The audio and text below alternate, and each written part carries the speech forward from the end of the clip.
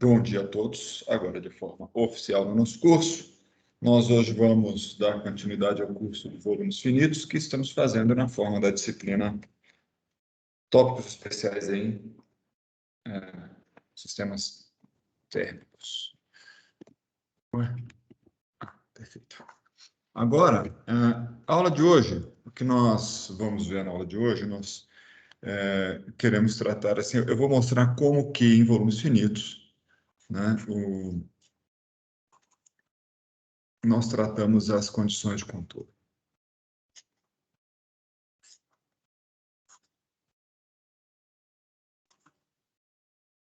Eu não vou varrer todas. Na verdade, isso não faz muito sentido.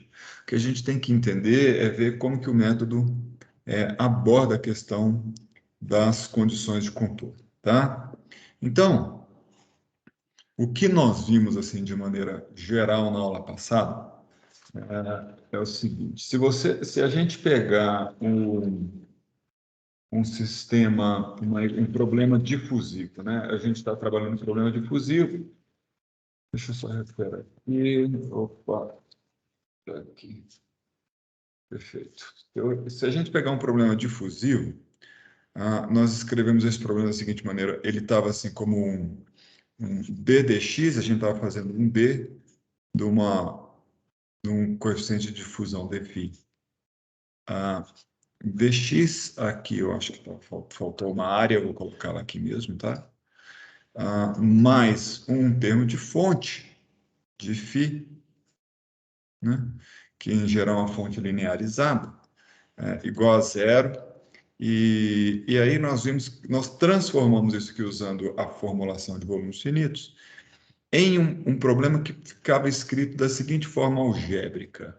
Opa, Ctrl Z. Aqui é a P, φP, igual a AW, φW, mais AE, φE, mais SU, certo? E o que acontecia?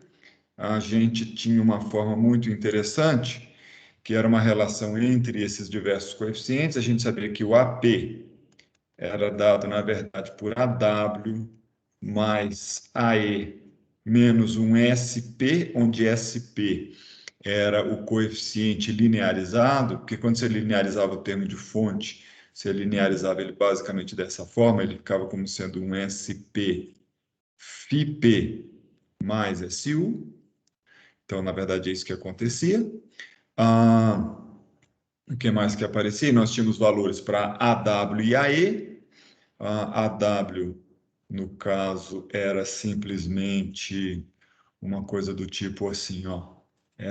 Esse W aqui é minúsculo, aí tem um A minúsculo, e esse aqui é um delta X.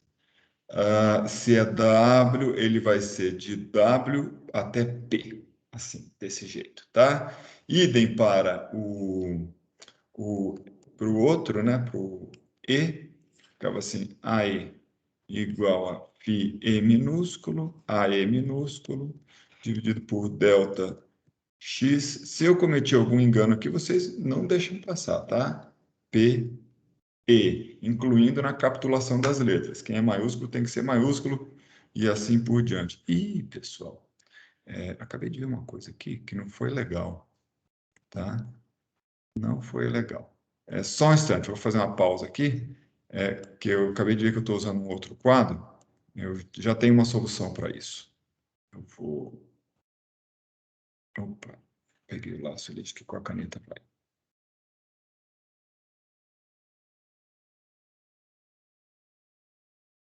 Vou copiar isso aqui.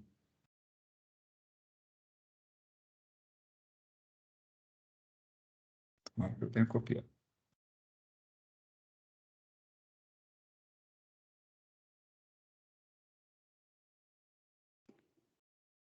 Beleza, pura. Tá aqui, agora sim, tá? Então, continuando. E aí ficava, esse aqui já estava resolvido, o que que falta dizer aqui? Acho que não falta dizer mais nada, né? Porque SP é o valor dele mesmo, pronto, tá tudo ok. Tá? Então, olha, nós vamos tratar hoje de duas coisas principais. E aí, aqui é o seguinte, gente, se você já estudou diferenças finitas, por exemplo, ou já outros métodos, tá? Você vai, você vai ver que só tem uma questãozinha de sinais aqui no AP e no AE, nas definições desses coeficientes, tá? Que a gente vai fazer distinção. Mas eu tomei a decisão no passado, eu fazia o seguinte, eu já dei esse curso outras vezes, e algumas vezes eu pegava essa formulação aqui e deixava ela igual ao que seria de diferenças finitas nessa hora. Isso significava o quê? Que o meu AW e o meu AE seriam negativos em relação a esses valores, porque eu ia deixar todo mundo do mesmo lado. Mas eu resolvi, nessa versão do curso, manter uma forma bem tradicional de volumes finitos, porque eu acho que vou fazer essa experiência. Na verdade, eu acho que faz mais sentido do ponto de vista metodológico, porque o que a gente quer é aprender a metodologia. Então, o que eu vou tratar agora é de uma técnica para resolver este sistema linear. Estou vendo aqui que o Leonardo chegou. Bem-vindo, Leonardo. Eu não vi que horas que você entrou. Estamos só no comecinho. Isso aqui foi só o preâmbulo. Como é que fala? Então, vamos lá. O que eu quero mostrar agora é a primeira técnica de resolver sistemas lineares. Essa técnica nós vamos conseguir aplicar tanto para os problemas 1D, como para os problemas 2D e como para os problemas 3D também, porque ela pode ser adaptada para todos eles. Em problemas 1D, este método de solução de sistemas lineares, ele é direto, tá? Quando a gente for para 2D e 3D, nós vamos adaptar o método que eu vou mostrar hoje, que é muito rápido, muito simples de programar, bem trivial, tá? E que funciona, que é uma beleza. Nós vamos adaptar esse método para o método como é que fala? Para um método iterativo, tá? Mas, para a gente conseguir resolver esse problema, tá? Para a gente conseguir aplicar o método e eu desenvolver a forma do método de solução de sistemas lineares, a gente tem que ter certeza, eu primeiro tenho que ter certeza que todo mundo entende que esta equação aqui, que eu estou botando uma seta nela agora, que isso aqui é um sistema linear.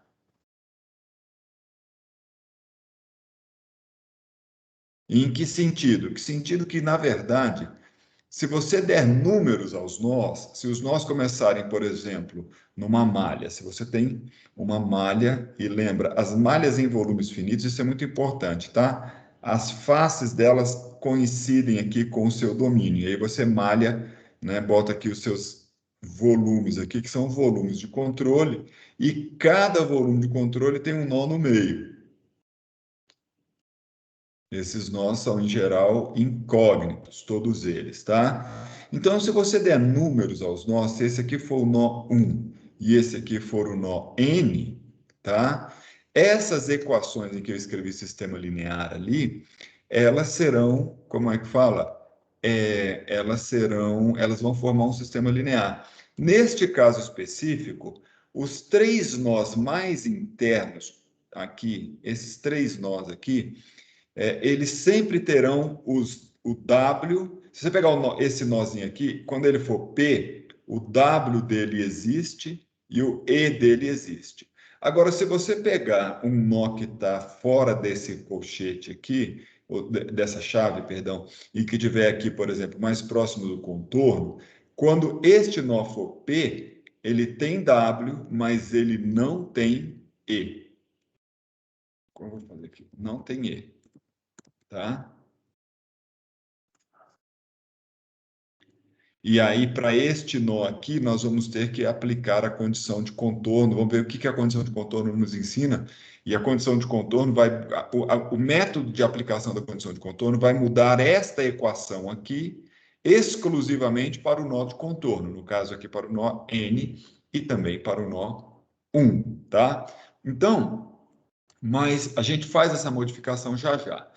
Olha só, o que acontece é que se você, por exemplo, pegar, se você agora estiver numerando esses nós de 1, 2, 3, vamos pegar, por exemplo, a equação do nó 2. A equação do nó 2, ela seria mais ou menos assim, ó. A2 que é o AP dele, né? É A2, Φ2 igual o W é um A1, Φ1. Não, aqui eu não gostei de fazer isso que eu fiz, não, tá? Mandei mal aqui. Na verdade, aqui a gente vai chamar de AP mesmo.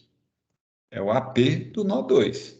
Aqui é o AW do nó 2, tá?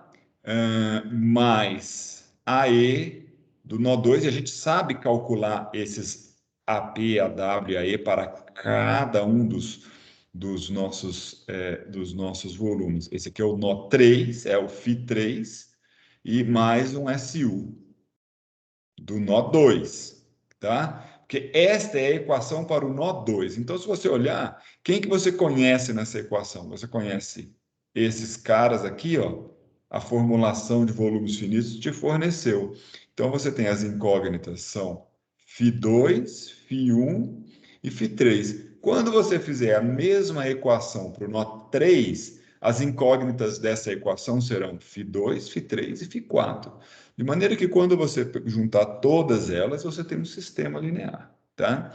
Quando a gente olha esse sistema, olhando para esta equação aqui, que ainda não está organizada do jeito que a gente vai desenvolver o método de sistemas lineares, mas quando você olha para essa equação, você já consegue perceber que se esta é a equação do volume 2, eu tenho chamado nó, mas acho que mais certo é chamar de volume, né? Se esta é a equação do volume 2, que é o 2 está aqui, dela participam o volume 1 e o volume 3. Na equação do volume 3 participarão o volume 2 e o volume 4. Então, na verdade, se você pensar bem, o que está acontecendo aqui é que esse é um sistema que só tem 3 diagonais, tá? Então, esse nosso aqui é um sistema tridiagonal, tá? Então, a forma mais geral de um sistema tridiagonal, e como você vai achar nos livros de cálculo numérico, ela é basicamente assim, tá? Em geral, eu vou usar essa notação aqui, porque eu acho que é a notação que você vai encontrar nos livros de cálculo numérico. Você tem um sistema da seguinte maneira: AI, xi menos 1, aqui eu estou chamando de incógnita, o x, tá? Porque você vai usar isso para calcular φ, para calcular u, para calcular qualquer coisa que você tiver. Então, isso aqui eu estou olhando num contexto só de sistemas lineares, mais bi, xi, mais ci, xi mais 1 igual a di, tá? Então, quando você olha para esta equação aqui, ó, né, e olha para a nossa equação geral, você consegue identificar todo mundo, né? No nosso caso, quem é o BI? O BI, na verdade, que são os elementos da diagonal principal, estão associados aos nossos AP, obviamente, para o volume I. Quem são os AI? AI é quem está à esquerda aqui, né? Então, no caso, eles estão associados aos AW, mas com o cuidado que você deve tomar aqui, porque em volumes finitos a gente deixa o nó, o termo do nó do lado esquerdo e os outros do lado direito, tá? Então, na verdade, esse A aqui vai ser menos AW. Isso eu estou falando para quando você for alimentar, porque a sua subrotina de ter DNA ou de resolver sistemas lineares. Em geral, você vai construir uma subrotina para escrever sistemas lineares, tá? E essa subrotina ela vai resolver para um certo conjunto de coeficientes da matriz principal, da matriz do sistema. Então, no fundo, eu só estou te dizendo como que esses coeficientes se relacionam com a formulação de volumes finitos. Quem é o CI? Ele é o menos AEI, tá bom? E quem é o DI? É precisamente esse sim, é o SU. Esse não muda o sinal, porque o DI já está do mesmo lado que o SU, tá? Muito bem. Agora, então vamos resolver esse sistema aqui, esse sistema linear, tá? Então, esse aqui é o nosso sistema linear. Já vou te chamar a atenção para uma coisa, que isso foi uma preocupação que alguém já levantou nesse curso. Esse sistema aqui é uma forma específica de um sistema mais geral do tipo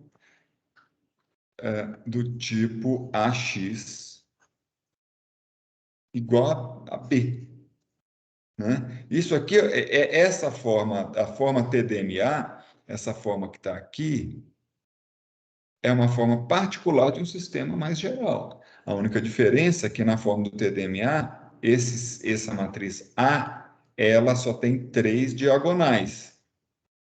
Ela tem essas 3 diagonais, e o resto tudo é zero, tá? Então, o que que significa? Isso aqui é uma matriz esparsa, por definição. Ela é uma matriz esparsa. O que que é isso? É uma matriz que a maioria dos seus elementos é nula, e tem alguns ali que não são nulos, tá? No caso de uma matriz dessa nossa matriz específica, desse problema 1D, essa matriz esparsa tem a menor largura de banda possível, que é 3, né, para este problema. O que é a largura de banda? É precisamente a maior distância entre as diagonais mais exteriores que têm elementos não nulos, tá? Então, no fundo, essa aqui, quando se você esse nosso sistema aqui, ó, ele tem n equações e n incógnitas. Quantas são as equações? São quantas forem os números de nós. Quer dizer que, da forma mais geral, a nossa matriz A seria uma matriz n por n, se ela não fosse de banda. Mas ela é de banda. Quer dizer que, no fundo, ela só tem 3n elementos não nulos. Qual é a grande vantagem? A grande vantagem aqui é que, nessa forma, o número de elementos não nulos dela, quando você dobrar o tamanho do seu sistema, a sua matriz A, tá, que é a matriz principal do sistema linear, ou matriz de rigidez, tá? Às vezes a gente chama matriz de rigidez, porque quem começou com essa história foi muito pessoal de elementos finitos. Então eles chamavam de matriz de rigidez. Mas se você pegar essa matriz A, ela não vai crescer com n ao quadrado, como nós esperaríamos no caso de alguma formulação em que a matriz A fosse cheia, ou próxima de cheia. A nossa matriz vai crescer com 3n.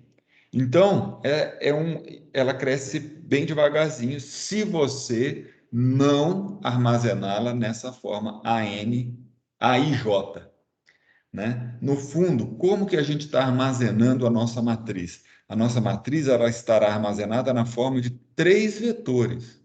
Esses 3 vetores aqui, eles armazenam os elementos não nulos da matriz A, tá?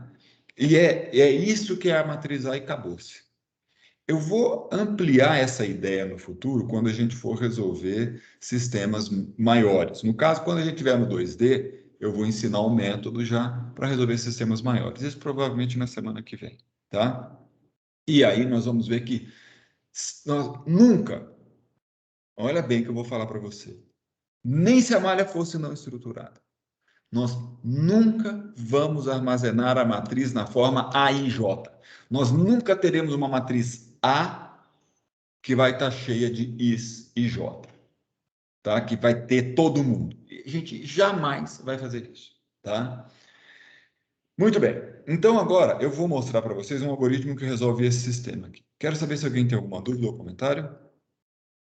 Beleza. Então eu vou mostrar aqui o algoritmo de Thomas. Vou puxar um pouquinho do lado aqui. Opa.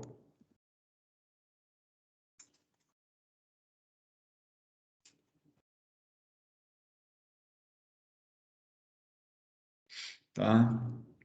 Esse aqui é o TDMA. Tree Diagonal Matrix Algorithm. Eu acho que é isso, tá? Dei uma certa chutada, mas eu tenho quase certeza que é isso. Depois você olha o que significa a coisa aí, o acrônimo, ou a sigla, no caso, né? Mas, no fundo, No fundo, o algoritmo de Thomas é a velha e boa eliminação de Gauss. Eu não sei se você se lembra o que era a eliminação de Gauss. A eliminação de Gauss, ela tem basicamente dois passos, tá? Ela tem um primeiro passo em que ela transforma A em uma matriz triangular. Pode ser triangular superior ou pode ser triangular inferior, não importa.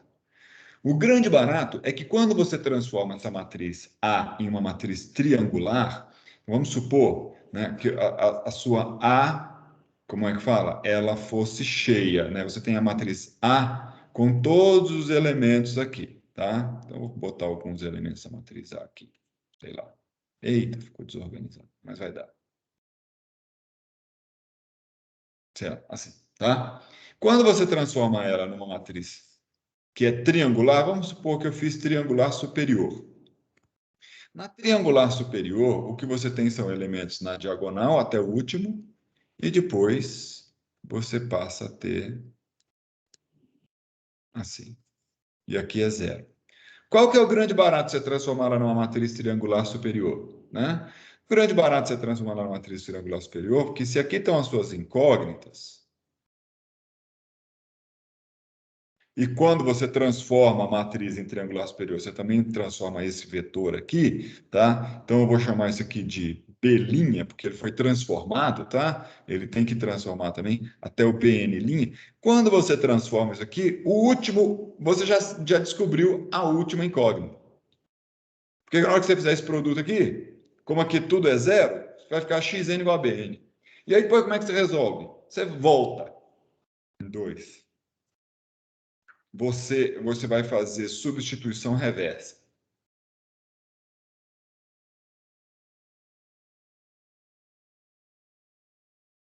Fazendo o quê? Você substitui o valor de xn na equação anterior, porque o valor de xn vai aparecer necessário nesse termo aqui, né? Aqui, e aí você vai achar o xn menos 1, depois o xn menos 2, e assim por diante, até você matar tudo. Tá? Isso é o algoritmo de Gauss, na eliminação de Gauss. No nosso caso, o que a gente faz para um caso de uma tridiagonal? No caso de uma tridiagonal, isso é particularmente simples de fazer, tá? Por causa dessa característica da tridiagonalidade. Eu vou escrever ele aqui. Nós temos AI, xi menos 1, mais BI, xi, mais CI, xi mais 1, igual a DI. Isso aqui, ó, é a matriz como ela está. Qual é o nosso primeiro objetivo? É transformar essa matriz em uma matriz triangular superior. Pode ser. Então, o que seria uma matriz triangular superior? Seria uma matriz que só tem elementos na diagonal e na diagonal superior. Então, ela seria uma matriz do tipo assim, ó, x, i.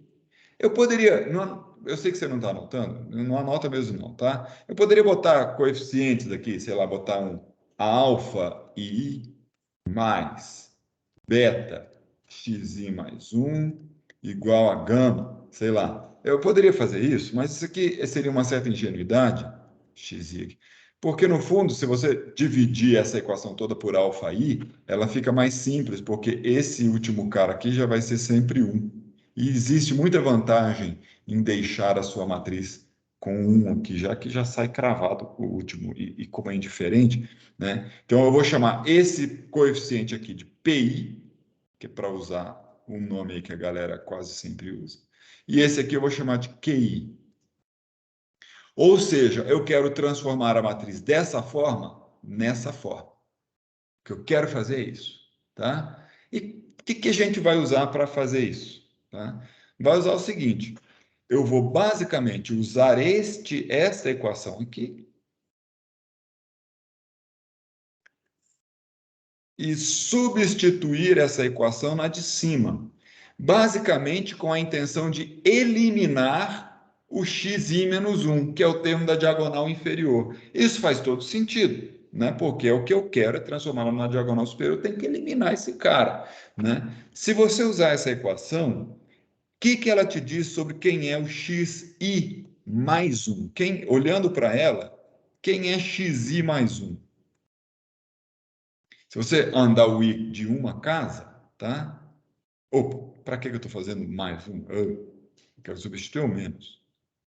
Então, se você voltar de uma casa, vai ficar pi menos 1, xi igual a qi menos 1. Né? Andei 1 para trás. E agora eu vou pegar esse xi menos 1 e substituir lá em cima. Na hora que você substituir, vou deixar isso no quadro, como é que vai ficar? Vai ficar assim. Aí, que multiplica. Aí eu vou colocar assim, qi menos 1 menos pi menos 1 xi. Agora o resto você não precisa mexer. Por que você não precisa mexer no resto? Não vai querer substituir agora os outros caras. Não precisa. Porque você não quer eliminar esses termos aqui. Deixa eu fazer uma pergunta para vocês. Aparece na minha tela aqui uns pop-up. Por exemplo, eu acabei de receber um e-mail, deu um pop-up aqui. Você vê? Não, né? Não. Tá.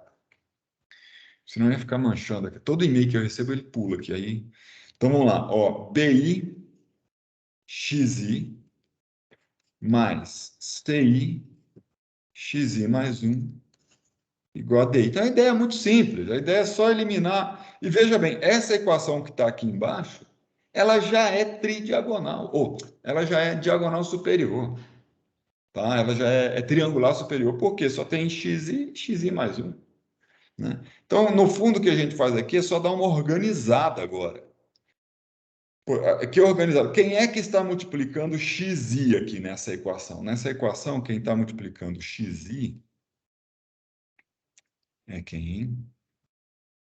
Tá assim, está multiplicando xi, me ajuda aí. Eu vou abrir um colchete, tá? Tem o BI ali, e vai aparecer menos AI, PI, menos 1. Isso aqui tudo multiplicado por xi.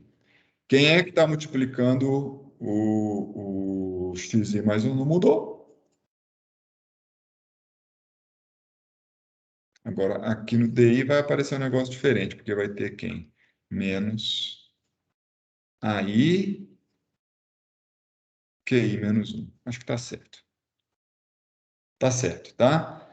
Então, ó, esse passo aqui é muito importante, né? Já organizamos.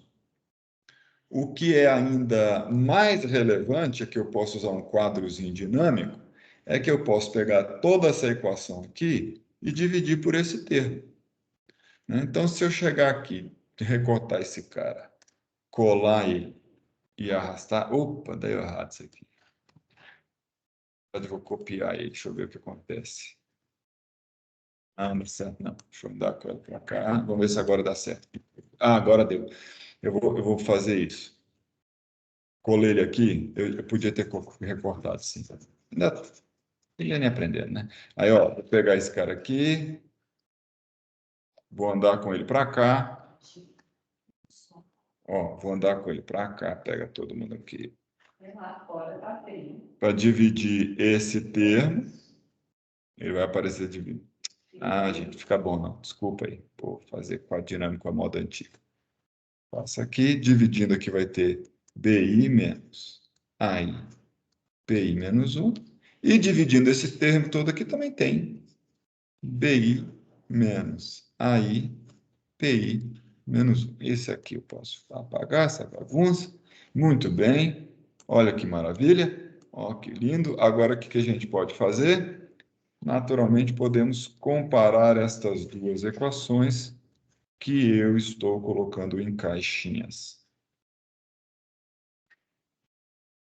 Olha aí, tá certo? Por que que a gente, quando você comparar essas duas equações, você vai ver com bastante nitidez que aquele PI tem que ser igual a isso aqui, ó. E que esse QI tem que ser igual a tudo isso que está desse lado da equação, tá? De maneira que a gente chega em fórmulas recursivas para PI e QI. Deixa eu te mostrar. Então, essas aqui são as principais equações que a gente tem. Note bem, quem é o PI? É simplesmente isso que está de vermelho aqui, vai ser CI dividido por BI menos AI, PI menos 1. E aí nós vamos ter um cara chamado QI, que vai ser DI menos AI, QI menos 1. Tudo isso dividido por BI menos AI, PI menos 1. Qual é o grande barato? O grande barato é que se você tiver uma semente, ou seja, tiver algum lugar que você possa começar, vamos supor que você conheça P1. Se você conhecer o P1, com essa equação você calcula o P2. Lembra que A, B, C e D são todos conhecidos. Então, se você conhece o P1, você calcula o P2. Se você conhece o P1 e o Q1, você calcula o Q2. Né? Então, no fundo, se a gente tiver essa semente, a gente consegue gerar um vetor de P e um vetor de Q, que estão, né, a partir dos vetores de A, B e C e D, nós somos capazes de produzir vetores de P e Q numa passada só, desde que eu tenha P1 e Q1. E P1 e Q1 é muito fácil, tá? Olha, no sistema tridiagonal, a primeira equação, quando i é igual a 1, ela tem uma característica, ela não tem o i zero, tá? Quando i é igual, ela não tem o cara que está à esquerda. Então, ela simplesmente, como é que ela é? Ela é A1 que multiplica x... Não, A1 nada, né? O termo da diagonal é B. B1, x1, mais C1, x2 igual a D1. Olha que curioso, se você dividir toda essa equação por B1,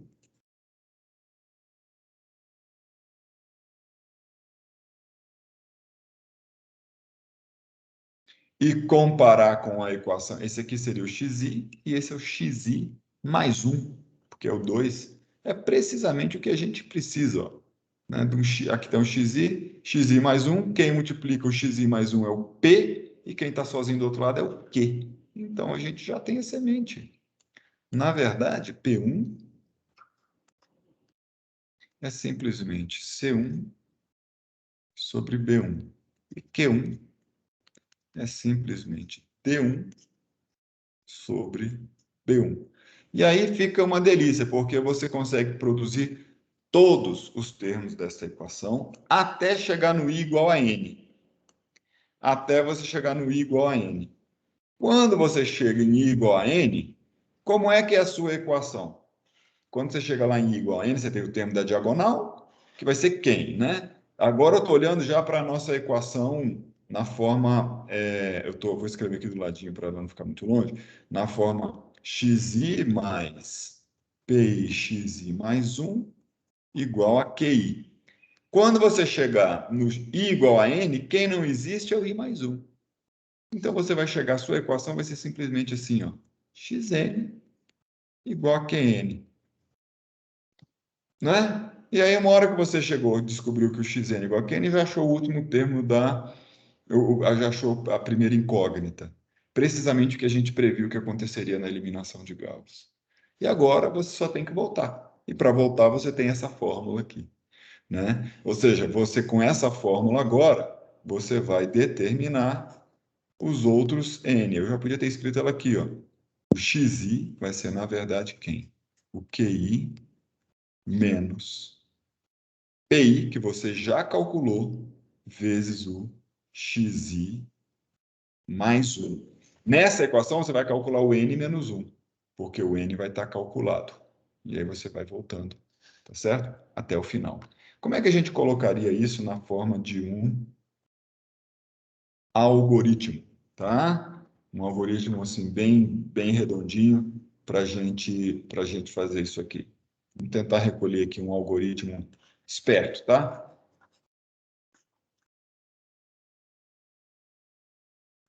Então, ele seria assim, você primeiro começa inicializando. Você vai falar que P1 é igual a... Como é que é mesmo? É B1. É isso? Não. É C, né? C1 sobre B1. E aí você vai inicializar o Q1 também, que vai ser D1 sobre B1. Pronto. Inicializou. Aí o que você vai fazer? De I igual a 2. Deixa eu ver como é que fica melhor aqui. Que a gente pega o menos 1. Então, de I igual a 2 até N.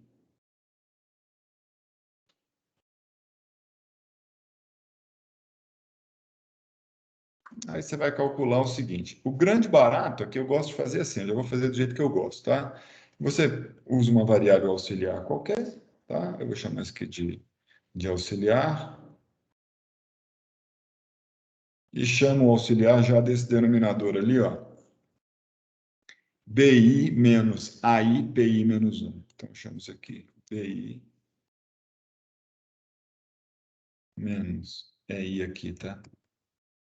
BI menos AI, PI menos 1. Veja bem que vai dar certinho, né? Você tem todo mundo disponível, inclusive o P menos 1. Depois que você fez isso, você vai calcular quem é o novo P. Vai fazer PI é igual a CI dividido pelo auxiliar que você calculou. E vai calcular QI vai ser igual a DI menos alguma coisa que eu não me lembro, dividido pelo auxiliar.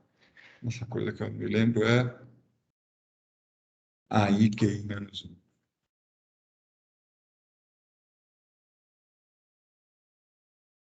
Muito bem. Faz isso até o N, sem medo de ser feliz. Fim. Então, eu vou deixar assim. Aí depois você vai fazer aqui xn, recebe qn. Repare que o qn foi calculado aqui no seu loop. E aí depois você vai voltar. Esse aqui é a back substitution, tá? De i igual a n menos 1 até 1. O que você vai fazer é simplesmente xi igual a q. Acho que aqui vai ser QI. É QI mesmo. É QI que está calculado menos PI vezes X. Eu vou conferir. PI e X mais.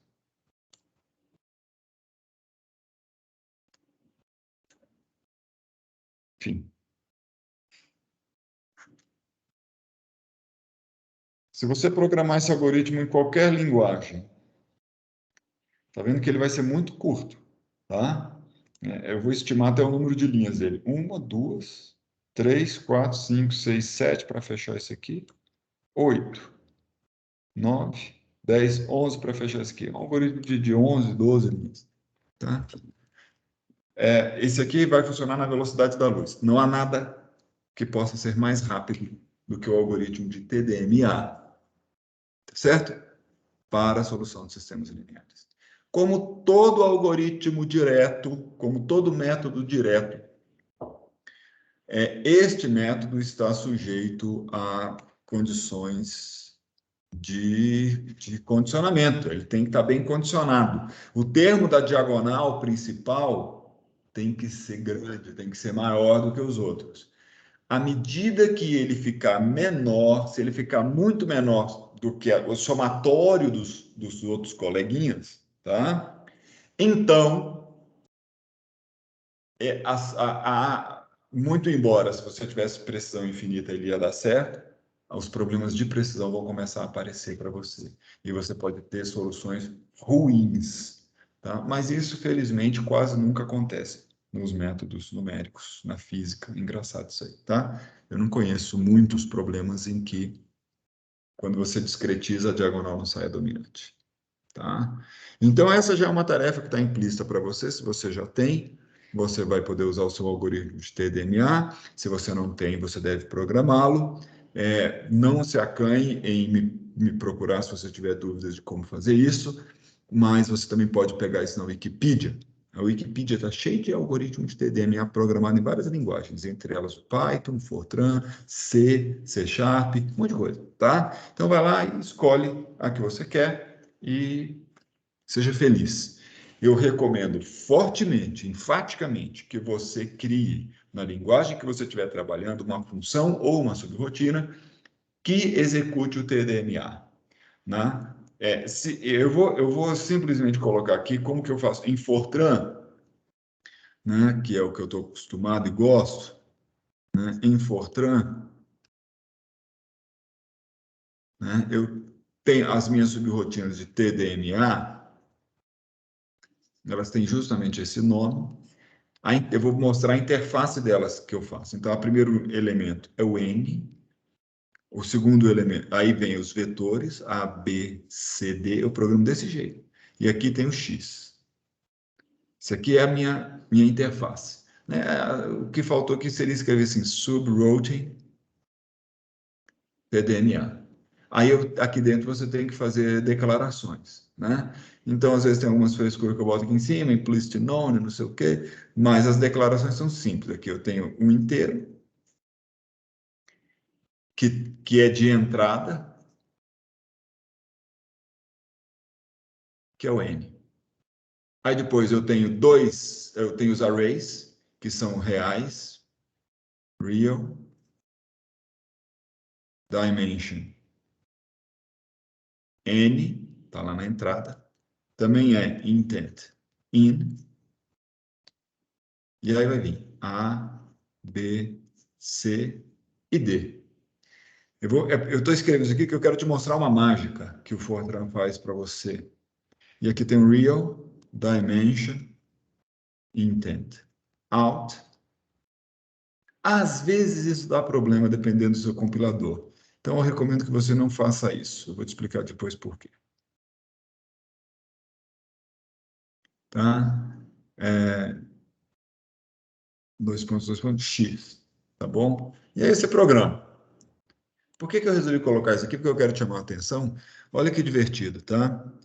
Quando você entrou na subrotina, você disse o tamanho de N, né? Você falou N, isso aqui. Só que aqui você falou que tem essas matrizes. E você já está falando, elas têm tamanho N. Só que isso é uma mágica, porque no fundo o computador não teve oportunidade, o compilador, o programa não teve oportunidade de reservar essa memória até entrar na subrotina. O que eu quero dizer é que como que esse array existe? Porque você não alocou ele em lugar nenhum, tá? Esse array ele só existe porque, na verdade, A, B, C e D eles têm que existir, não precisa ser com esse nome, eles não precisam ter o nome de A, B, C e D. Eles podem chamar AP, AW, AE, o cacete que você quiser. Tá em algum lugar aí, eles foram alocados, essas variáveis existem no contexto que contém essa subrotina, como, por exemplo, globais em relação a essa subrotina. O que o Fortran está fazendo para você aqui, dentro da subrotina, é apontar, quando você faz isso aqui, ele pega o A e aponta para a variável que você incluiu na sua interface. Então, quando você usa isso, você vai usar assim, call TDMA, aí vai entrar aquele seu N maiúsculo, vai entrar, quem é o A? O A é o AW, mas lembra, é menos AW. Vai entrar o B, que é o AP. Vai entrar o outro, que é menos AE. E vai entrar o D, que é SU. E aqui vai sair quem? O FI. Na forma que eu programo. Qual que é o grande barato? Quando você faz isso, esse A aqui, ó, ele é, na verdade, um ponteiro que aponta para esse vetor aqui. O B é um ponteiro que aponta para esse. O C é um ponteiro que aponta para esse. O D é um ponteiro que aponta para esse. E o X é um ponteiro que aponta para esse. Portanto, todas essas variáveis já têm que estar alocadas. E o N só é necessário para dizer onde começa e onde termina o strict de ponteiros. Tá? Então, isso é muito legal, porque, por exemplo, se você estiver programando em C, você não vai ter essa facilidade, essa mordomia. Você vai ter que ir lá em C programar os seus ponteiros, a não ser que você queira pagar o pato de internalizar novas variáveis, ou seja, copiar as variáveis para dentro da memória de subrrotina, e aí depois você recopiar para o contexto principal, o que é muito ineficaz, tá certo? Então, vale a pena, se você estiver preocupado ou tiver intenções sempre de saber usar sabiamente as suas subrrotinas, é muito bom usar a subrrotina, porque ela vai deixar a sua vida mais organizada.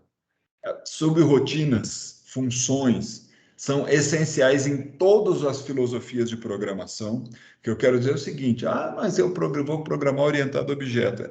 Ou seja, você vai programar um monte de subrrotina, um monte de funções, e elas vão funcionar de outras maneiras, né? Você vai interagir humanamente com elas de outras formas. No entanto, quando você tiver, não importa a filosofia de programação que você adotou, você deverá sabiamente empregar o manejo de memória quando você está usando o ponteiro aqui. Então, desse jeito, a memória vai ficar, você vai usar pouca memória e você vai ser muito rápido, que vai economizar muitas operações, tá? Muito bem. É isso. Dúvidas? Não dúvidas, né? Então, pessoal, vou falar rapidamente aqui sobre condição de contorno, tá? Eu vou falar sobre duas condições de contorno.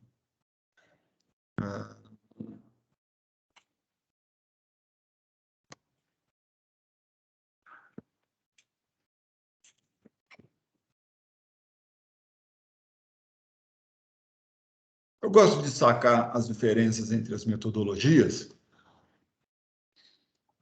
Quando a gente aplica condição de contorno em diferenças finitas, nós temos um foco, uma preocupação com a ordem da aplicação da condição de contorno. Se ela vai ser uma condição de contorno de segunda ordem, primeira ordem, então, que tipo de erro que essa condição de contorno vai impor à minha aproximação. Quando eu estou em volumes finitos e em elementos finitos, eu tenho uma preocupação, os nossos olhos, o nosso coração tem que estar prestando atenção na consistência dessa condição de contorno com a formulação do problema, tá? Então, por exemplo, aqui o que a gente fez para formular discretamente o problema? Nós integramos a equação governante. A gente tem que fazer a mesma coisa para calcular as condições de contorno, tá? Então, isso vai, então, gerar uma consistência. Você vai garantir as mesmas propriedades que você deseja do método para a sua equação de governante, você vai garantir essas propriedades para o contorno, né? Então, não é legal a gente ficar misturando os bagulhos.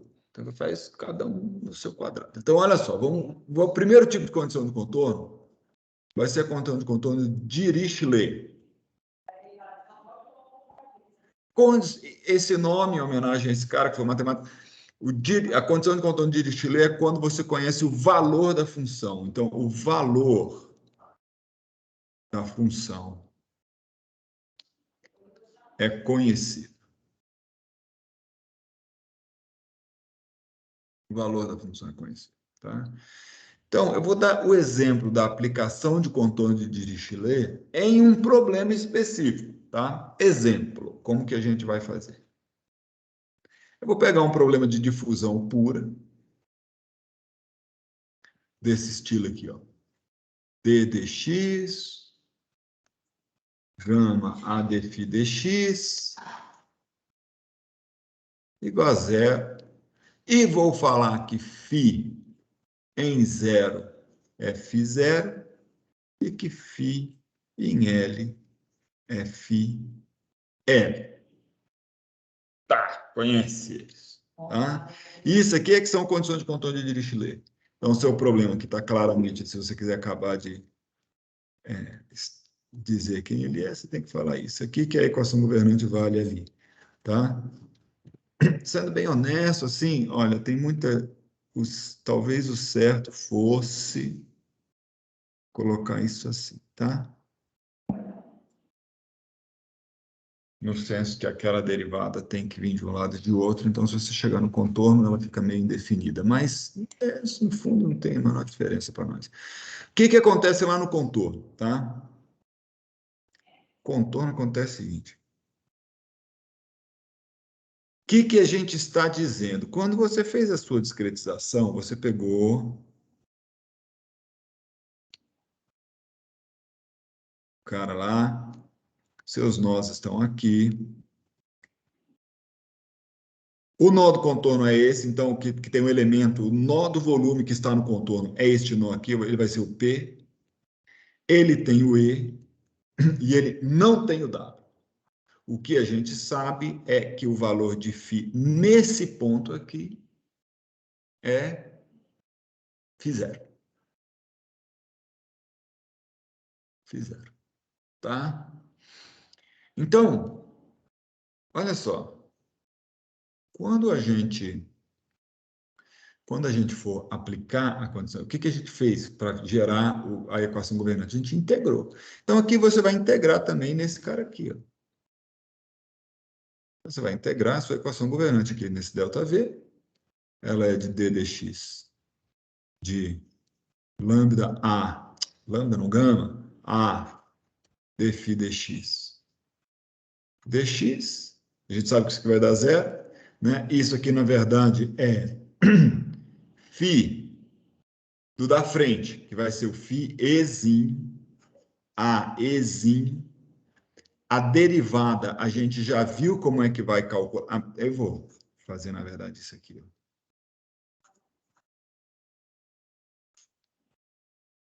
Perdão.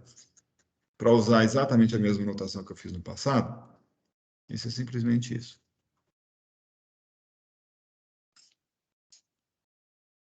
Isso aqui é avaliado no Ezinho menos φA dφ dx. No fundo, essa face Wzinho existe, né? Então, vou deixar aqui, Wzinho. E tudo isso aqui é zero. Tá? Agora que vem as diferenças, porque esse primeiro aqui, você sabe que a gente tem teoria para ele lá da vez passada, FE, AE. Como é que é a derivada? Se a aproximação for linear, a derivada na face E vai ser simplesmente φE maiúsculo menos φP maiúsculo, dividido pelo ΔX, que vai de P maiúsculo a E maiúsculo. Se a malha for uniforme, é ΔX, tá? E aqui? Aqui é o seguinte. Aqui nós não temos a derivada desse cara. Ela não existe aqui, ó. Tá certo? Ela não tem aqui. O que a gente vai fazer é dizer que isso aqui vai ser o PWzinho, AWzinho, porque isso vai existir. E essa derivada, ela vai ter que ficar assim. Ela vai ser φP, consistente com essa, menos o φ0, que você conhece. E esse cidadão aqui, não tá, ele está dividido pelo ΔX Wzinho P. P maiúsculo. Se isso fosse uma malha regular, esse aqui seria o ΔX. Peraí, esse aqui seria o ΔX. E esse aqui seria ΔX sobre 2. Tá? Muito bem. E tudo isso igual a zero. Como é que ficou a nossa equação? Então, vamos ver se a gente consegue já escrevê-la direto na forma, né? Quem é que multiplica o φP aqui? Quem multiplica o φP vai ser AE, ou é gama E, AE, dividido por delta x P maiúsculo E. Eu vou deixar positivo mesmo, que eu já vou levar todo mundo para o outro lado da equação. E também vai aparecer aqui um cara, tá vendo que aquele vai ter o mesmo sinal desse, né? Então eu vou botar mais gama Wzinho, AWzinho. Esse aqui ficou delta X Wzinho P maiúsculo. Tem que prestar muita atenção. Só tem esses dois caras multiplicando o φP. Então eu vou coisar assim, tá? E agora, do outro lado da equação, por isso que eu abortei o sinal, vai aparecer gama E AE dividido por delta X P maiúsculo E maiúsculo. Esse cidadão está multiplicando o φ E mais W. Opa, mais nada. Não tem φW. Não existe φW. Não existe. O que sobrou aqui foi, na verdade, um termo que veio do φ0, que veio da condição de contorno. Então, como é que fica o termo da condição de contorno aqui? Me ajude. Aqui, daqui não vem ninguém, daqui eu já usei, ele vai ficar positivo, passou para o outro lado, negativo. Tá certo isso? Tá certo. FW, AW, gama W, AW, Φ0, dividido por delta X, ômega P. Isso tudo está do outro lado da equação. Como que é a nossa equação, digamos assim, padrão, equação modelo do método de coisa nosso aqui, de volumes finitos? Ela é assim. Ela é AW mais AE menos SP. Ela é desse jeito, tá? Isso tudo formou o tal do AP, igual a FIP. Isso aqui tudo a gente sabe que é o AP. O modelo vai ser, então, aqui vai aparecer AW, FW, mais AE, FIE, mais SU. É mais ou menos. Mais ou menos. É mais. É mais SU. Você sabe que eu tenho dúvida? Se você puder me ajudar aí, eu vou ter que olhar aqui. Na última aula tá mais SU. O menos Mais é SU. no SP mesmo. Pronto, obrigado. Então tá aí. Por que que eu escrevi assim? Só para a gente identificar cada termo. No nosso caso, quanto que é o AW? O AW, ele é φE, gama E, AE, delta X, PE. AW sempre vai ser isso no termo de difusão, nesse aqui. Só que eu falei AW, mas não existe, né? Isso aqui não é AW. Tem que ter lógica, tá agora. Isso é o AE, né? Tudo E aqui, certo? Olhando para essa equação aqui, tem AW? Não tem, porque esse ΔX aqui, ó, esse Wzinho aqui é minúsculo. Então, isso aqui não é um AW. E se você olhar bem, na nossa equação modelo, o nosso AW tem que ser zero, porque nesta equação de cima não aparece termo multiplicando φW. Para não aparecer o termo multiplicando φW, você é obrigado a dizer que AW é igual a zero. Portanto, este termo extra que aparece multiplicando aqui, ele é, na verdade, quem? É o SP. Então, quer dizer que para você ficar do jeito certo, seu SP tem que ser designado como sendo menos gama ômega A ômega, W, sei lá, delta X, Wzinho, P maiúsculo. Esse menos que eu coloquei aqui é para quando eu vim com esse cancelar, dar mais e ficar aquilo lá. Pronto, desse. Ai, faltou alguém. Faltou quem? Faltou o SU. E o SU também tá aqui. Isso é só nesse contorno. SU é igual a quanto? Gama menos, perdão. Gama ômega. Ômega. Pronto. Tá lá, tá? essa formulação é completamente compatível com o que a gente fez, AP. Professor, não tem que colocar o F0 também no SU? Tem que botar quem? O F0? Tem demais.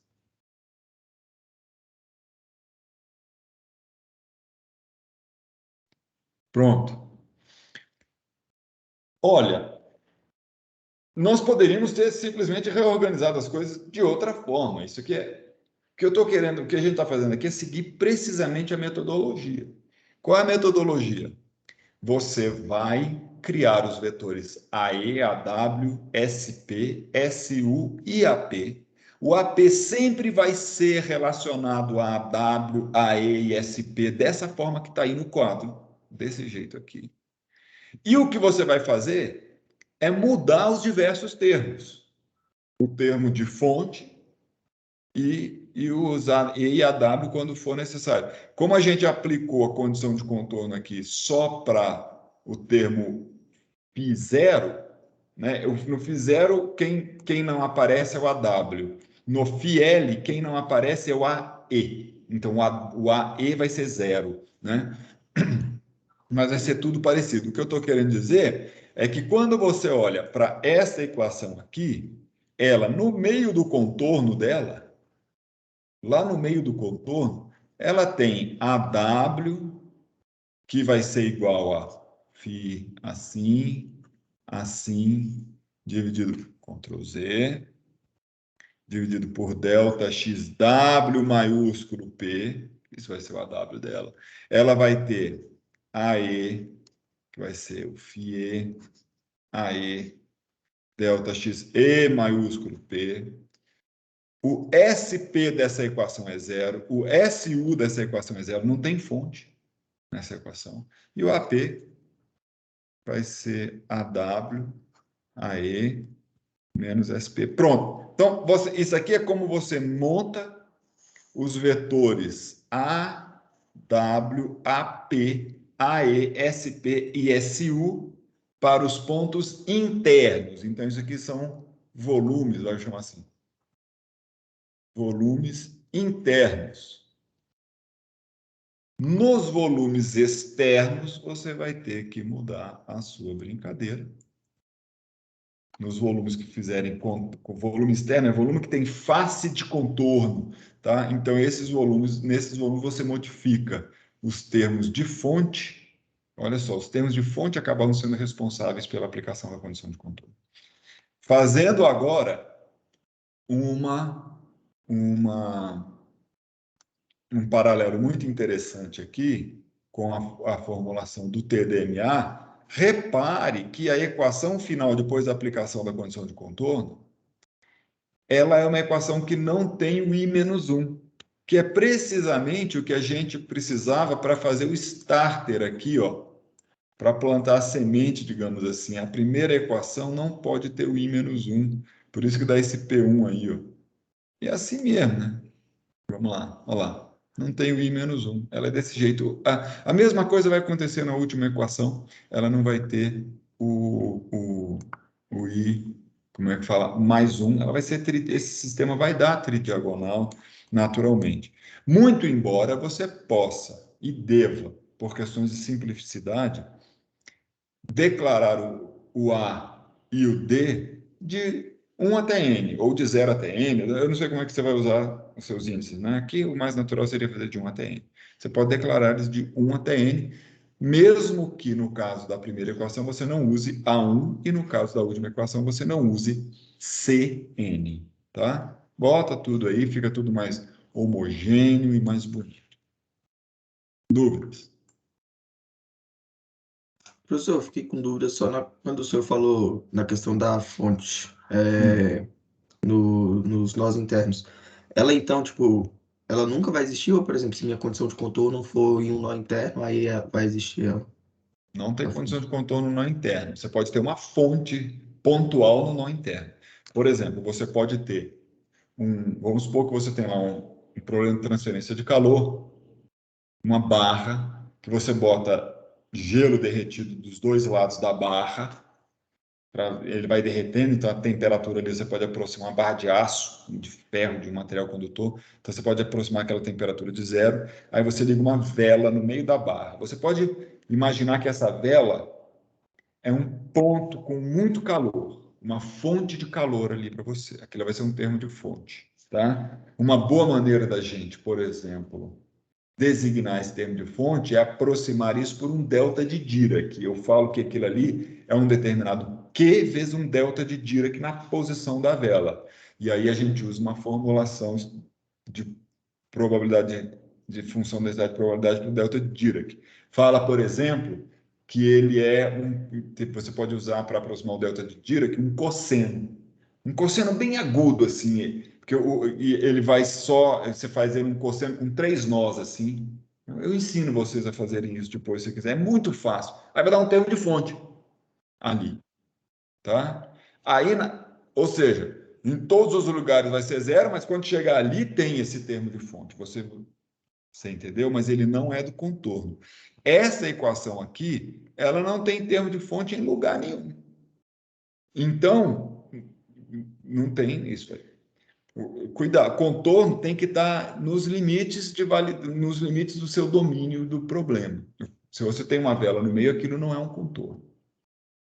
É a Não sei mesma se... coisa que, tipo, se eu tivesse um gelo, é porque eu pensei exatamente nisso, tipo, uma barra e como o gelo que já vai, eu posso estipular que vai ser 0 graus, se ele tivesse no meio, eu imaginei, tipo, como sendo o meu nó interno. Entendi. Não, o contorno, ali onde está, o que você está, o que seria uma formulação para esse seu problema, tá? Então, aqui, sei lá, problema com... É que justamente eu atrelei a fonte à condição de contorno no meu pensamento, ou não tem nada a ver? Não, não tem nada a ver, Ah, tá. tá? Você deixa isso separado, né? Então, vamos supor que você tivesse nessa condição, você tivesse uma barra,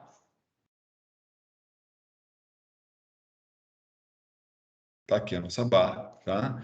Então, você tem, eu vou dar condições de contorno de temperatura prescrita, tanto faz. Olha, eu vou até usar esse problema aqui, tá? Para, para fazer o seguinte, ó, para fazer assim, eu vou falar que aqui a temperatura, vai, é igual a zero.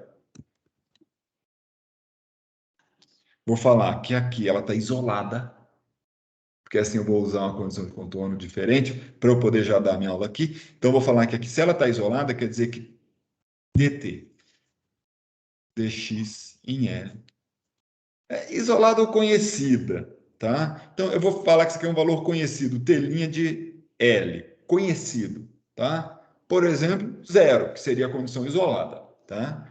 E vou dizer que tem uma vela acesa aqui, tá lá a nossa velinha,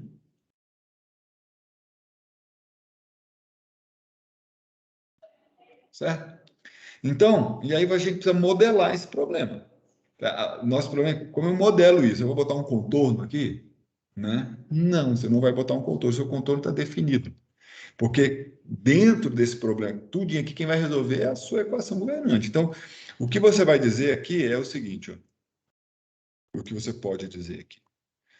Tá? Eu vou supor que essa aqui seja a posição da vela, seja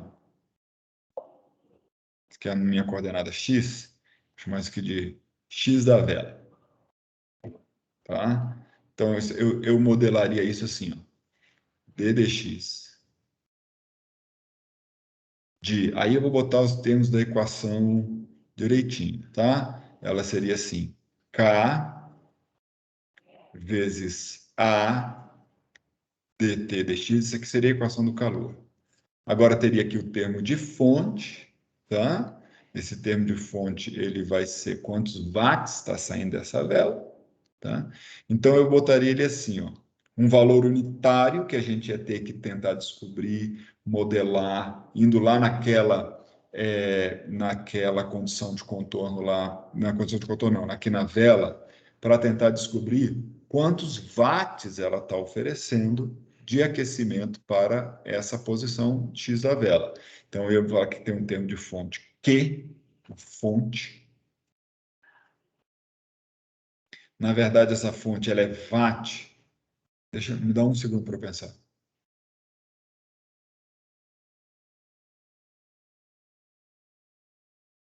Por metro cúbico.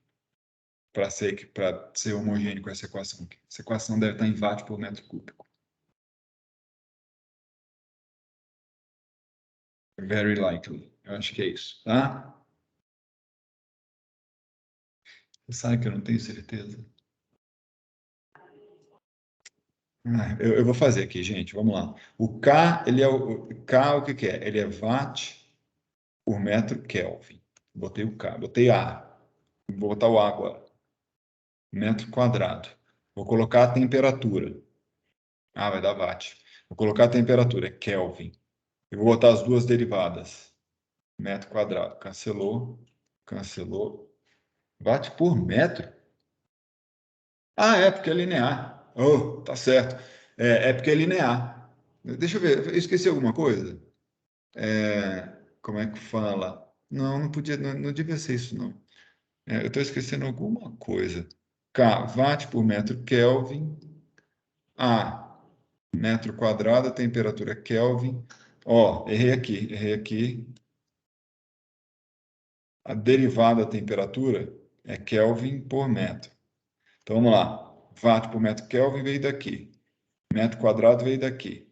K veio daqui. Metro veio, K veio daqui. Metro veio daqui. Faltou esse metro. Ah, é. Tá certo. Quadrado. Então, esse aqui cancela com esse aqui. Esse aqui parece estar dando watt por metro.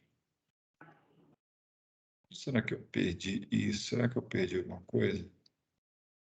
Talvez. Tá? Talvez.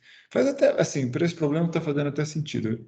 Eu confesso que eu fiquei um pouco surpreso agora com essa coisa aqui.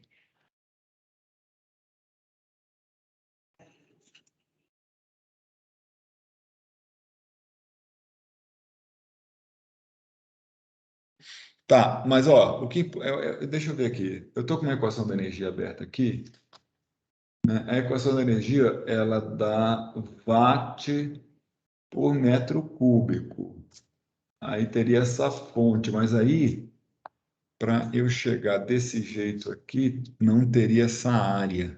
Ah, não teria essa área. Tudo bem, né? Porque aqui já tem essa área aqui dentro. Com essa área aqui dentro, eu botei essa área aqui, dei mole. Tirar essa área, tem nada a ver essa área aqui, não.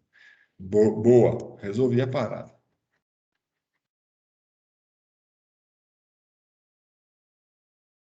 Resolvi a parada.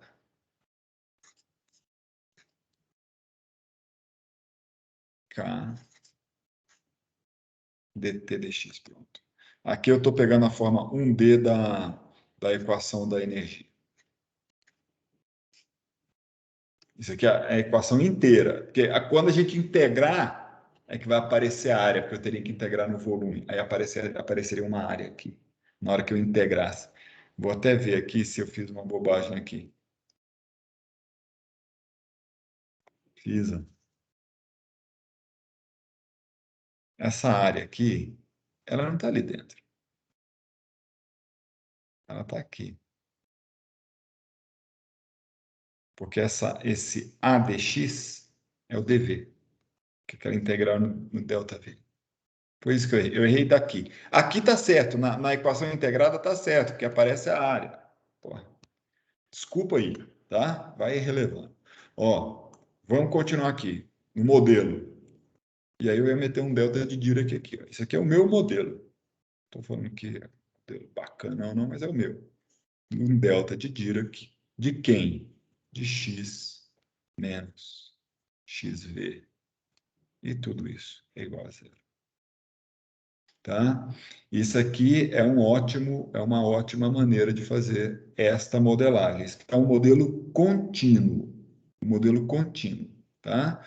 O que ele está dizendo para mim? Que no ponto X da vela tem um pico de Q. Eu não estou dizendo quanto que é a temperatura lá. A temperatura no ponto da vela aqui é parte da solução do problema. Por isso que ela tem que estar no meio. Ela tem que ser resolvida pelo método. E tanto é parte, isso tanto depende das condições de contorno, que, dependendo do material, eu falei das condições de contorno, não, depende do problema. Se isso aqui for uma barra de metal, essa temperatura vai ser baixa, para a mesma vela. Se for uma barra de madeira, ou seja, só mudei o K, a temperatura vai ficar muito maior. Essa é uma experiência que no passado, sem a pandemia, eu fazia em sala de aula. Eu tenho duas barras aqui tá na minha sala na UNB. Eu tenho uma barra que ela é feita de metal e eu tenho uma barra que é feita de madeira, um cabo de vassoura, no caso. Tá? Aí eu colei um pedaço de papel branco, chamex, nas duas, e coloco as duas em cima da vela. Se você colocar a de metal, você pode ficar com ela o dia todinho em cima da vela, assim, que o papel nem preto não fica. Agora, se você pegar a de madeira e colocar a mesma barra em cima da vela, você vai ver que rapidamente ele começa a fumaçar e dali a pouco pega fogo, tá? Por quê? Porque, na verdade, a temperatura é diferente, a temperatura depende muito do problema, tá? Então, seria assim, esse que seria um modelo. Professor, o senhor poderia explicar de novo o delta de Dirac? Que eu não peguei essa de novo. A, a influência dele. Ele concentra você, o que isso aqui seria uma coisa constante, ó. Presta atenção. Essa fonte aqui, e agora eu sei quanto que ela tá? Essa aqui é uma fonte. Eu vou colocar aqui, que agora eu tenho certeza. Ela é em watt por metro cúbico, tá? Então, isso depende da reação de combustão. Só que ela não está localizada aqui, Roberto. O que que o delta de Dirac faz? Eu não sei, talvez você não esteja lembrando quem é o delta de Dirac. Tá, não, né? Ah, meu garoto. O delta de Dirac exato, ele é uma função assim. Ó. Imagine, imagine que isso aqui é o eixo Y e imagine que isso aqui é o eixo X. Tá certo? Agora você vai fazer o seguinte, ó, você vai pegar aqui um retângulo e nós vamos combinar que a área deste retângulo aqui sempre será 1. Tá? Então, se ela é 1, quer dizer que esse tamanho aqui, ó, e esse tamanho aqui for, sei lá, eu vou dar um nome aqui, B sobre 2. Então, quanto é que vale esse tamanho aqui?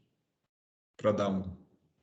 Esse aqui vale 1 sobre B. Tá? Sempre assim. O que é o delta de Dirac? Não é isso?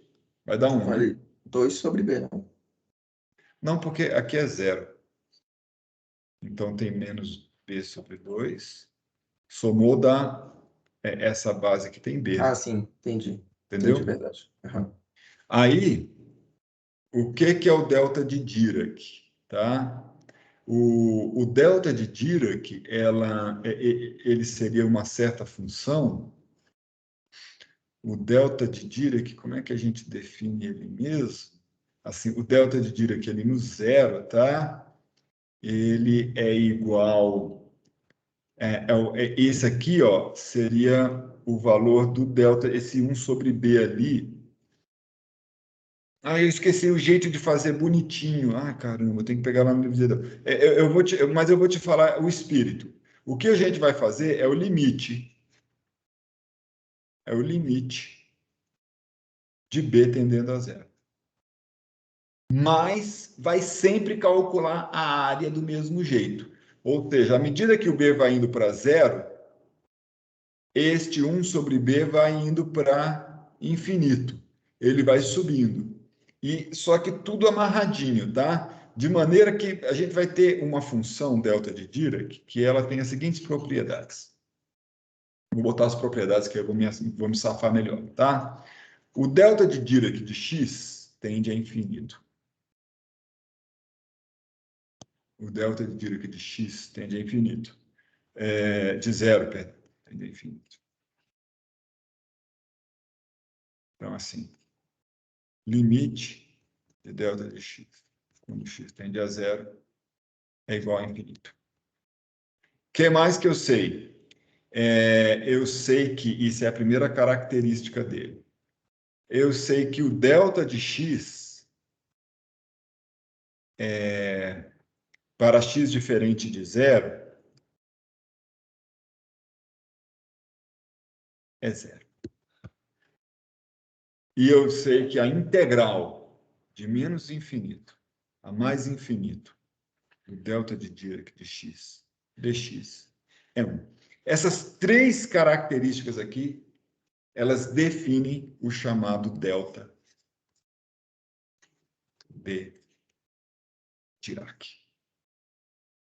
em homenagem ao nosso querido Paul Dirac. Tá? Então, o valor do delta de Dirac é o do eixo das ordenadas. Das ordenadas. Aqui eu estava fazendo o delta de Dirac, que é a função, é o que está em y, é a altura. Entendi. Você entendeu? É a altura. Por isso que eu integrei ele e dá isso aqui. Isso aqui seria uma forma, digamos assim, fechada dele, com todas as propriedades. O delta de Dirac ele pode ser interpretado como uma função densidade de probabilidade. Ele pode ser interpretado como uma função densidade de probabilidade. Por quê?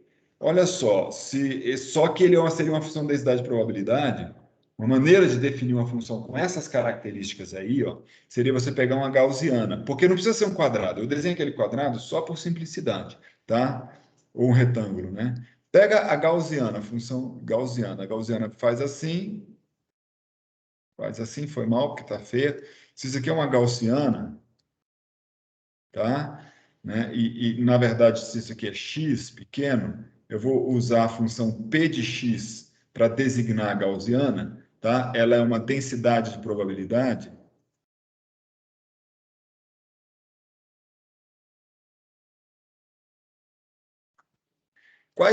Qual é a característica dessa função? A característica toda função de densidade de probabilidade, ela tem a seguinte característica. Se você vai, esse menos infinito a mais infinito, significa vai em todo espaço amostral da probabilidade, dá 100%. Isso é a característica dela. A gaussiana, ela tem uma característica muito interessante. Ela tem um ponto de inflexão aqui e um ponto de inflexão aqui. Esse ponto de inflexão da gaussiana cai num negócio chamado variância. Não, desvio padrão, perdão, desvio padrão, tá? É o ponto de inflexão da gaussiana, é o desvio padrão. Você pode definir o delta de Dirac falando que ele é gaussiano com desvio padrão indo para zero. Por quê? Porque essa integral vai dar sempre 1. Se o desvio padrão for para zero, ela vai ficando cada vez... É como se tivesse a probabilidade de dar só o evento zero, só a média. Aquilo só dá a média. Toda vez que você joga a moeda, ela só cai na média, só cai em pé. Tá? Mas somas todas as probabilidades dá 1. Essa é uma maneira de definir a função de densidade de probabilidade, ou o delta de Dirac. Ou seja, o limite de uma gaussiana quando sigma vai a zero é igual ao delta de Dirac, tá? Então tem todas essas outra característica muito legal do delta de Dirac. Eu estou falando isso porque, por exemplo, você poderia, deixa eu te dar um exemplo, como é que você poderia fazer uma fonte com essa informação aqui, tá? Você pegaria uma gaussiana. Você vai me dar licença de um instante aqui, que eu vou vir aqui na internet e vou colocar aqui gaussiana, porque eu não quero errar o pi, aquela coisa toda, tá? Então, pronto, já peguei ela aqui. Eu vou escrever aqui a função densidade e probabilidade da gaussiana. Ela é assim, é p de x igual a 1 sobre a raiz quadrada de 2π sigma ao quadrado, sai, né, daqui, e aqui vai aparecer exponencial de menos x ao quadrado dividido por... Essa gaussiana que eu quase não gostei, porque essa aqui é de média zero, mas vai, tá? Não tem problema não, é 2 sigma ao quadrado, tá? Se a média não for zero, o que que muda? Só transladar. Então, eu vou transladar ela aqui para você. Essa aqui pode ser uma outra. Eu vou botar gaussiana P de mi aqui, ó, onde mi é a média, né? E aí eu vou fazer o quê? Eu vou colocar aqui. Translada ela. Você faz assim, x menos mi ao quadrado. Pronto, cheguei. Eu prometo para você que se você integrar essa função de menos infinito a mais infinito, dá 1. Não importa o sigma. Não importa o sigma. Tá? Dá 1. Aí, cara, o que você pode fazer lá em volumes finitos? Cara, volumes finitos, ele é... Você discretizou seu espaço em vários volumes. Tem um monte de...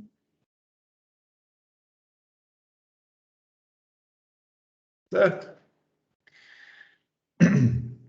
E aí vamos supor que você colocou a vela nem precisa estar debaixo de um nó. Isso aqui é o grande barato. Ela nem precisa estar debaixo de um nó, ela pode estar em qualquer lugar. Você vai conseguir fazer isso. Você sabe quanto que é o Q. Aqui é a posição XV. Você só toma uma decisão.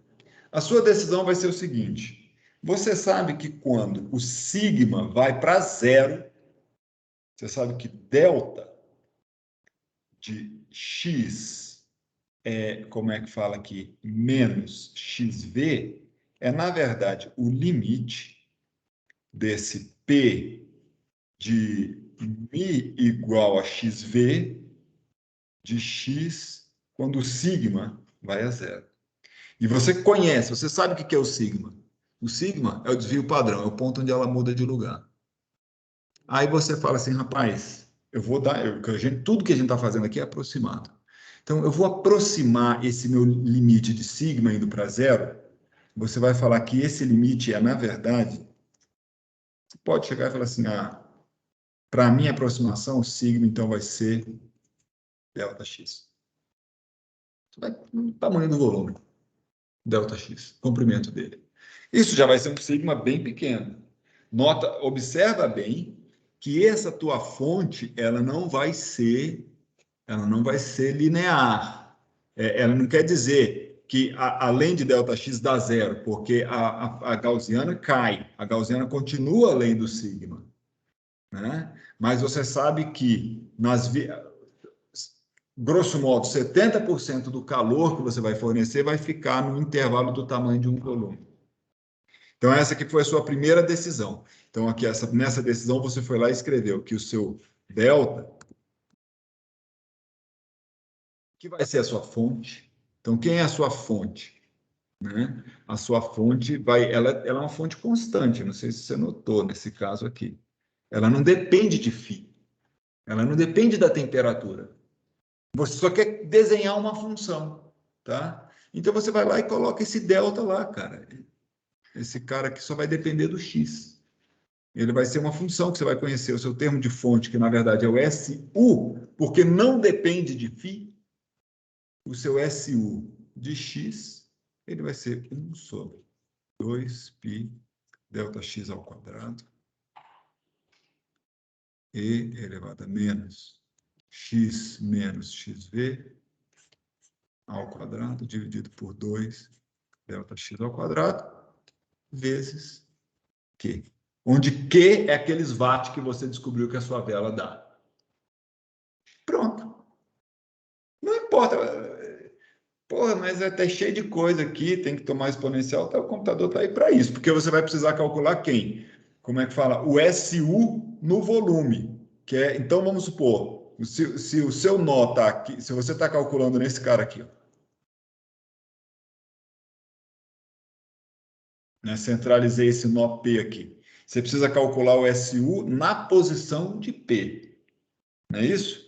Então, você vai, a posição de P é o X do P. Você bota o X do P aqui, vai calcular o SU desse cara, o SU desse cara, o SU desse cara, o SU de todo mundo aqui. Pronto, você montou o seu termo de fonte inteirinho no vetor de SU. Tá certo? Ele vai estar super concentrado ali perto. Aí você pode até brincar. Você pode até brincar com esse delta aí. Você pode, não, eu acho que ele está muito, ficou, por exemplo, eu quero botar 3 ΔX, por exemplo. E aí você começa a ter outras preocupações também. Por exemplo, se você, não, eu acho que eu vou fazer assim, eu não vou fazer em termos de ΔX, não.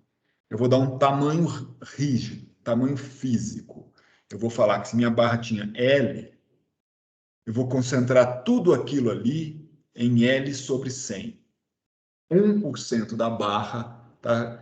Por quê? Porque assim eu posso variar o ΔX, variar o refinamento, isso não vai variar a minha espessura da minha função delta de Dirac, tá certo? E aí eu vou conseguir manter uma consistência física, ainda que eu faça refinamento. E aí eu posso tomar uma decisão ainda mais legal, que seria de refinar a malha ali naquele ponto. Sim. Professor, mas, por exemplo, uma coisa que eu entendi é, quando a gente, lá na gaussiana, se o desvio padrão é zero, ele está concentrado. Então, estaria todo o Infinito, calor tudo só num num ponto ponto só, só. num ponto singular. Então, mas aí, na minha cabeça, como o desvio padrão a gente assumiu que era o ΔX, ou seja, o tamanho dos meus volumes finitos, se eu refinar demais, eu estou concentrando demais o calor. É, tá. Mas então não é bom refinar demais. Não, eu tô dando uma. Não, eu É tô porque, dando uma. tipo, o que pareceu para mim é que se eu refinar muito, ele vai me mostrar uma coisa que é irreal, porque é como se o calor Vai. estivesse só num ponto. Vai. Por isso que eu estou falando que às vezes você pode, em vez de usar ΔX aqui, você pode usar tipo L sobre 100. Entendi. Porque você pode. Às vezes vai ser interessante. Vamos supor que em vez de fazer isso, você está querendo calcular esse mesmo problema, em vez de você botar uma vela, você botou um laser. Aí fica até mais fácil, porque aí no laser você vai ter o tamanho do diodozinho lá, o quanto que ele jogou, que tem a espessura do seu raio de laser. Você tem o raio do raio de laser. Aí você vai lá e mede, e pronto, dá um tamanho que você. É um tamanho legal para o delta de Dirac, tá? Hum, Não, eu falei médio. Não é um tamanho legal para o delta de Dirac, não. Eu estou saindo um pouco do assunto, estou indo mais para modelagem, porque também é uma das coisas que eu tenho que fazer. O do laser não é bom para o delta de Dirac. Eu já vou te explicar qual que é bom para o delta de Dirac, tá? O bom para o delta de Dirac com função densidade e probabilidade é a vela. Porque se você pensar bem, quando você bota uma vela ali embaixo, tem uma corrente convectiva, aquilo é uma coisa meio difusa. Ela não está realmente concentrada. Ela é muito concentrada, mas é uma coisa difusa. Agora, quando você pensa num laser, o laser é um cacete, meu irmão. O laser vai ali, pá, ele tá fechado ali. Onde ele acertou, esquenta. Onde ele não acertou, não esquenta. Tá? Ele é muito mais para esse lado do que para o lado da vela. Isso significa que você poderia definir um delta de Dirac diferente. Tá? E aí vem outros deltas de Diracs. Tá bom? Vem outros deltas de Dirac. Eu vou pegar um aqui. O bom é que eu tenho esses caras tudo na mão, não sei. Ó, deixa eu pegar aqui, peraí. Eu trabalho com esse cara, aí ele está direto aqui aparecendo aqui. Deixa eu ver. Quer dizer, espero, né, que ele esteja aqui no caderninho. E é um caderno que eu quase sempre faço essas coisas. Eita, pessoal, 11h50. Eu nem passei o dever de casa, não vou passar. Vocês vão passar de boa esse fim de semana. Olha, eu não arrumei, tá? Vou dar uma propriedade do delta de Dirac, outra propriedade que ele tem. Essa propriedade é muito útil. Vocês conhecem a função Heaviside? Só que é com I mesmo. não conheço, professor. Não, não é com I, não, é com Y. Você conhece, Léo? Não, não sei. Alguém me ajuda aí, digita na internet. Heaviside. Esse aqui é o nome de uma pessoa. Não, isso aqui não tem nada a ver esse jeito aqui. Heaviside. Pronto, tá aqui. Acho que é com Y ali. Estou indo meio na tora. Tá? É função degrau. Conhece sim. Todo mundo conhece. Função é assim. Aqui é x, aqui é y. Vou fazer a função Heaviside de vermelho. Ela vem zero. E aqui ela dá um pulo. Você tem que decidir, às vezes, sobre onde ela está. Pronto, aqui. É assim. Então, quais são as propriedades principais do Heaviside? Tá? Na verdade, eu vou só fazer o seguinte: eu vou botar aberto aqui, porque tem mais uma maneira de definir o Heaviside. Eu vou definir da maneira que é mais adequada para os casos numéricos, tá? Isso aqui é 1, isso aqui é meio, isso aqui é 0. Então, a função Heaviside é a função degrau, ela é a função liga-desliga, tá? Então, quais são as funções? O h de x, ele é assim, ele é 1 se x é maior que 0. Nesse meu caso aqui, ele ficou meio para x igual a 0, e ele é 0 para x menor que 0. Pronto, fiz o h de x. Tá? Tem uma propriedade do delta de Dirac. O delta de Dirac de x é igual à derivada de h de x dx. Sacou? É a derivada do h de x dx. Tá? Então, o que a gente faz? Na verdade, o que a gente faz é você pode criar um h de x dx usando, por exemplo, funções como a tangente hiperbólica, ou usando os cossenos também dá para você fazer isso, tá? Você cria um h de x smooth, seria suavizado, ele faz assim, e faz assim. Essa função ela é suave e ela tem uma banda aqui, epsilon menos epsilon. E você cria esse cosseno aí, certo? De uma maneira muito especial. Você cria esse cosseno de forma que porque o cosseno ele vai para 1, vai para 0, vai para -1, então ele chega nos valores. Ele não é igual a gaussiana que nunca chega no zero, tá? Então, nesse caso, você consegue fazer uma função que ela realmente crava no 1 a partir de um certo epsilon e crava no zero a partir de menos o próprio epsilon. Tá? Isso significa que o seu Heaviside só tem valores diferentes de zero nesse intervalo aqui. Ó. Quando uma função só tem valores diferentes de zero em um determinado intervalo, a gente diz, o linguajar que se usa é falar que essa função tem suporte compacto naquele intervalo. Ter suporte compacto no intervalo significa que ela está definida só ali dentro para fora desse intervalo, é zero, ela está compactada naquele intervalo. Tá? E aí, em geral, a gente constrói essa função, deriva ela e acha o delta de Dirac. Tá? Eu tenho umas que eu faço com cosseno, o Heaviside, e deriva esse cosseno, vai sair um seno para o delta de Dirac. Ou vice-versa também funciona, dependendo de como você faz. Tem outras com tangente hiperbólica. Tangente hiperbólica é uma função que sobe e desce muito rápido. Só que a tangente hiperbólica não vai dar suporte compacto. E o seno e o cosseno vai. Aí você usaria um delta de Dirac de suporte compacto e ia definir quem é esse epsilon aqui. Mais uma vez, você pode definir ele em função do tamanho da malha ou você pode definir ele físico mesmo em função do seu problema lá. Tá? E aí você ia gerar toda essa questão aí, ia produzir o seu delta de Dirac, ia aproximar essa maravilha aqui, essa função tão boa para a gente modelar as coisas, tá? É isso, eu vou terminar a aula por aqui hoje, pessoal. Quero saber se vocês têm dúvidas, se vocês querem fazer algum comentário. O meu plano para a aula de hoje era falar ainda da condição do contorno de Neumann, que é a condição de derivada, e passar um dever de casa grande, semi-grande, mais fácil, grande e mais fácil, tá?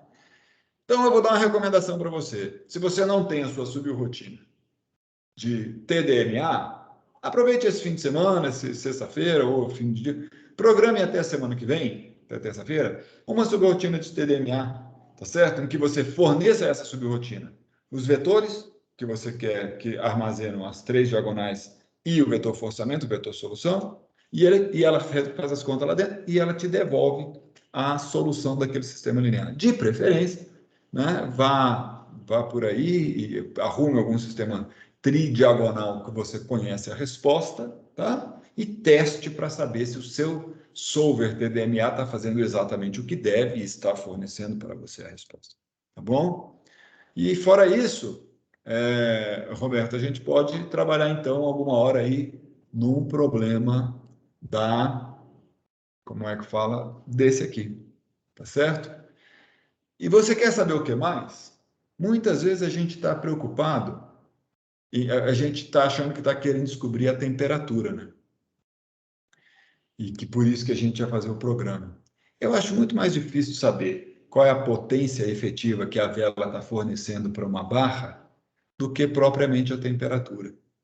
Sabe o que seria um experimento super legal e que a gente poderia fazer, numérico? É determinar a potência de uma vela.